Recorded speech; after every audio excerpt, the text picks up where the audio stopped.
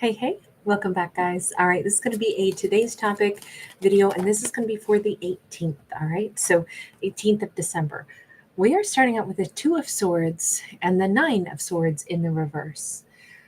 This looks like there is a blocked energy. Someone is actually, like, possibly prolonging distress, or they are blocking the fact that they don't want there to be distress.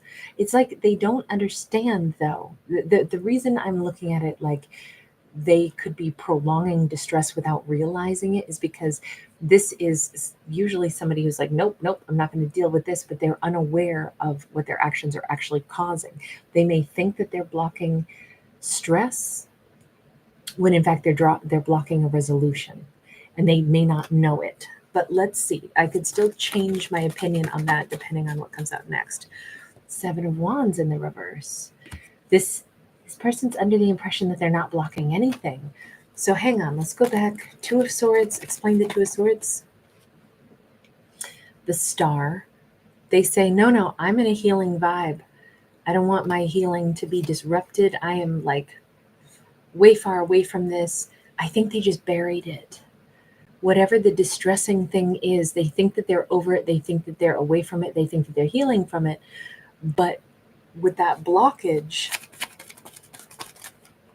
I think they're blocking the actual healing, even though they think that's exactly what they're doing. We have a Knight of Pentacles and we have the Karma card. This could be somebody who is trying to say that they can forget the past, when in fact, this is Judgment in any other deck. Here they call it the Karma card. This is a bit of, something that goes around may come back around. In particular, we just had our final full moon yesterday, so maybe there's an energy of some kind of, illumination that our character is trying to ignore. But it says something has to come back to be addressed. You can run from it, you can hide it, you can say you don't have to think about it anymore, but I think that they're having the subconscious is speaking to them, and they're realizing, I'm only putting this off. I keep insisting I'm not blocked by this, I'm not distressed over this, I'm healing from this, I'm not thinking about this, when in fact this is still coming back around. It's hard to escape it. Now, karma can be good or bad. And really, I don't know that I necessarily think of karma as either. I just think of it as like the results of our actions. The things that we do yield results. And so that's more the way that I look at it. Whether that's good or bad kind of depends on what our actions were or what we want the results to be of our actions. Ten of Swords. We have a character who was so convinced that something is over. Why were they so convinced that something is over and that they're healing from it and they're far, far away from it when it says it's going to come back no matter what? We have a Page of Pentacles and we have the Seven of Swords, because they were always lying to themselves. They were always going to find themselves back here again, wanting to actually give to this again, back again in the same situation, the same energy flow, the same place, because I don't even know if they ever completed the cycle. It's hard to walk away from something that's not done yet. It's hard to walk away from something where maybe they left something behind. They made a genuine, if you plant a seed and then you forget all about it, or you tell yourself to forget all about it and you move away, still if you come back, that seed has possibly still grown. And I feel like they can deny that they're the ones who planted it, but they did. Let me just ask what this is, because it still feels quite cryptic, and I'd like to see what it really is. What is it that they believe they're healing from, that they're so convinced they're healing from? Six of Wands in the reverse. That third eye chakra is pretty blocked. They say something didn't work out for me. There was no success there. That's what I'm healing from. But here's the thing, their third eye can see more than what they're acknowledging, and their third eye does not agree with that statement. Okay. We have the Lovers, and there's the crown chakra. This does feel like I always think of that song by The Cure. I've been looking so long at these pictures of you that I almost believe that they're real.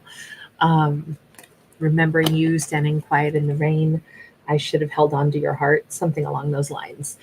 Um, so I do think this is probably a romance at this point. And it's like, oh, it was a romance, it didn't work out.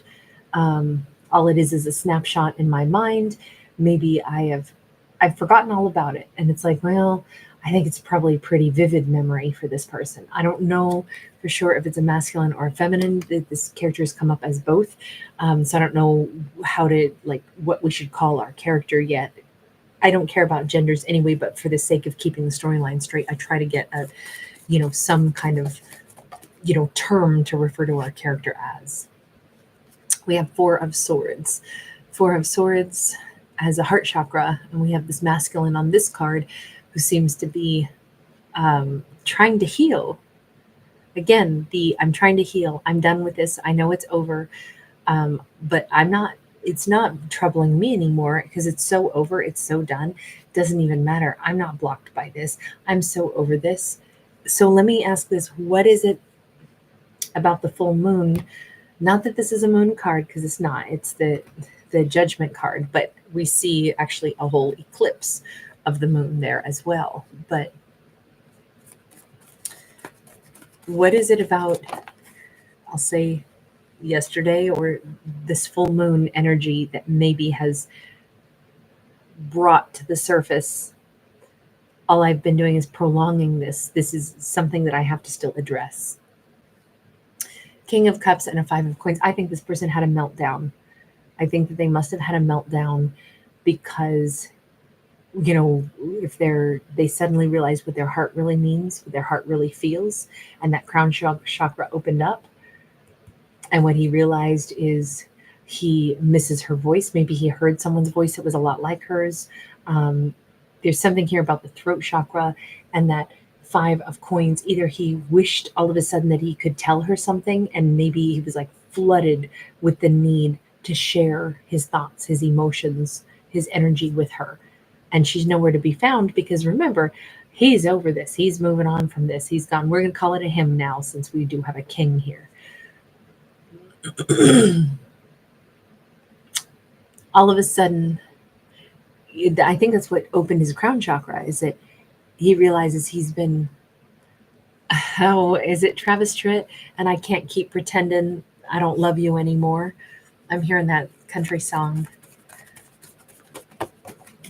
Great song. Six of Cups in the reverse. All of a sudden, it's like, I think it struck him how much he really is missing out on her energy, her voice, her words, what she would say. Maybe there's something that happened that he just, if there was any person on earth that he's ever wanted to share his thoughts with, it's her. And it's like, oh my God, what she would say about this, I just know she'd have a response, and I'd like to hear it. Or I want to share this good news with her. I want to share this bad news with her. I want to share my emotions with her. And oh my God, it hurts that she's not around. And it hurts that for some reason it struck him that she's not coming back around with the Six of Cups in the reverse. And again, with that third eye, it's like, I think he really hit rock bottom right around this full moon. This is kind of like the stunning, staggering moment of like, I lost this person. I've been telling myself I'm over it. I've been telling myself it doesn't matter. I've been telling myself I'm over her. That couldn't be further from the truth. In fact, all of a sudden it's this longing that kind of like washes over him. Why did that happen? Why did that happen? Why did he suddenly feel all of that? The Fool in the reverse, something became like a massive upheaval in his life. At the very foundation of his life, because this is the root chakra, something has completely shaken him. And it actually, this is so weird. Normally the Fool card upright would be like, I'm taking a leap of faith. I'm going to go ahead and do this brave thing. I'm going to go live life. He had a staggering realization that this is it. This is how the story goes. If he doesn't reach out to her, then that's it. He will never hear her voice again. He will never speak to her again. He will never share another word with her. It will never come to pass. He will never look at her face again. This is it. And this entire rest of his lifetime, it's going to be this plateau of an absence, a plateau of he can see on into the distance for as many years as he'll be on this earthly plane, and there won't be her if he leaves things as they are. There is no leap of faith. There is no sudden shake-up moment. And that's what shook him, that nothing is going to change. I'll never speak to her again. I will never get to hear her voice again. That's a sobering thought. Anytime that we're saying that we're supposedly done with something and it's over, obviously he didn't mean it, because we actually have that Seven of Swords. He was telling himself he's over it, it's done, he's leaving, but he's been lying to himself all this time. He always thought he'd see her again. And all of a sudden the reality of, but wait a minute, how would I ever see her again? When I keep saying I'm over her and I'm moving on and I'm healing and I don't want anything to do with her. And now it's like the magnitude of the lie he's been telling himself is so huge. This is like a very emotional, like this is kind of bringing this character to their knees, because you can tell yourself all day that you don't want it, you're over it, but if secretly you always could say that because you didn't believe it was true, you believed you'd see them again, and so it was like it actually allowed someone to like live in a weird fantasy of, oh, I'm over this, I'm moving on, when all the while it's like, oh, I'm going to see them again and we're going to talk again and they live in my memory and pretty soon we'll see each other again, but I'm over it. I don't, that cracked, that fallacy, that lie that they told themselves. And even here, you notice that this fella's been circling the circus tents with this little grin on his face, like, yeah, I say it's over, but I mean, obviously I hover around this memory all the freaking time. And for some reason it really hit him. On one hand, it can't be over. I don't want it to be over, but it will be over if I don't do something about it. So it's funny how the thing he said, oh, it's over, it's done, the reality of it is, no, it's not. It's coming back around because it has to, because he doesn't want it to actually be over. This storyline has taken us on a wild little journey of, like, I feel like we're in the catacombs of his mind or something. Strength card, upright. The house of sensuality and emotion in that sacral chakra. I do think that there is a realization here that he's known, I think, all this time, that she has a tremendous pull on his energy, a tremendous, this is still someone that he wants, but she also has a lot of strength to her. It's not just that she has a strong impact on him, but she has a lot of strength. What does this mean? I mean, these are big realizations. Oh, I'm done, but wait, no, it's not really done, because, oh my God, I don't want it to be done. These are big revelations for him. Ten of Cups sideways, solar plexus is here.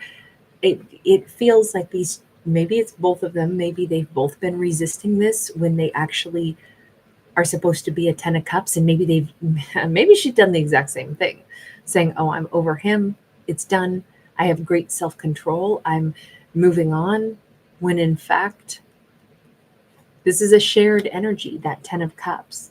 That sacral chakra, solar plexus chakra, is a house of willpower. Willpower can work against people or for people. If it's the willpower to do the right thing, awesome. If it's, I have the willpower to stay away from the thing that I want most, now it becomes this hideous waiting game and staying away and telling massive lies to oneself about how we're not going to do this, we're done with this, when it's like, why are you staying away from the thing you want most? And let me just ask that, because that's how this comes across, like they've been staying away from the thing they both want most. The synchronicity is here, so all I can say is maybe they're both having the breakthrough basically at about the same time. The angels overseeing all of this saying, maybe these two are a better match than anybody could ever dream, because they're so freaking stubborn, but they're also, these two are supposed to be together. With the Hierophant, these two, they are the keys that unlock each other's heart. They have to turn the page though, right? We even have this page like unlock the next chapter. Yes, you guys really messed up the previous chapter. You really sucked together and you got super stubborn and you told yourselves a pack of lies about how you're done, you're moving on, you're both over this, and neither one of you were. Maybe you were over the dysfunction of the past, and what you needed to do was turn the next page and then end up back together. I mean, in this storyline, it's not like we have villains. We have two people that maybe they met at the wrong time, but they were the right duo. We have the Ten of Wands. I honestly think that these two they're going to be so relieved when they're back in each other's arms, because that's where they're meant to be, laying down these burdens, and they both need to do the same thing. How though? We have the Ten of Cups again. They need to go with the flow a little bit more. I think this energy of staying away is just like cracking and crumbling, and I think yesterday began the cracking and the crumbling. I think I had a storyline on Tarot Dog, my other channel, where it was something about like someone made a decision yesterday about what they're doing. Inspiration of Swords. This is I think that one or the other of them finally starts, genuinely trying to look the other person up. It's like unboxing memories, recognizing, I need to talk to you. I need to find your phone number again. I need to reach out.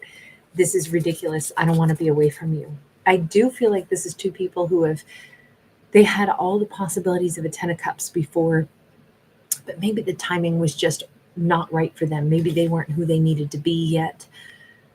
Somebody needs to figure out where the other person is, that they could be at a distance with the Star card here again. By the way, strong Aquarius is the second time we've seen this Star card, but I kind of think that the energy is going to flow a lot better this time, because in truth, in order to heal, these two actually needed to come back together. The healing happens with the two of them. It doesn't happen apart. These two have stayed away from each other, prolonged not healing, and shown great power to stay away from each other. Great strength in managing, emotion and sensuality, but in staying away from each other. But that's not what either one of them wanted to do. These two are stubborn, but if they're stubborn for the connection, that they could make a really beautiful connection as well. So one or the other of them is, and most likely it's going to be the king, I think, in this storyline, who is going to actually be putting in the effort to just go ahead and figure out where she's at and move toward her to heal things with her, because he's the one having the biggest breakthrough in this story. All right, thank you guys for being here. Thanks for giving it a thumbs up and subscribing.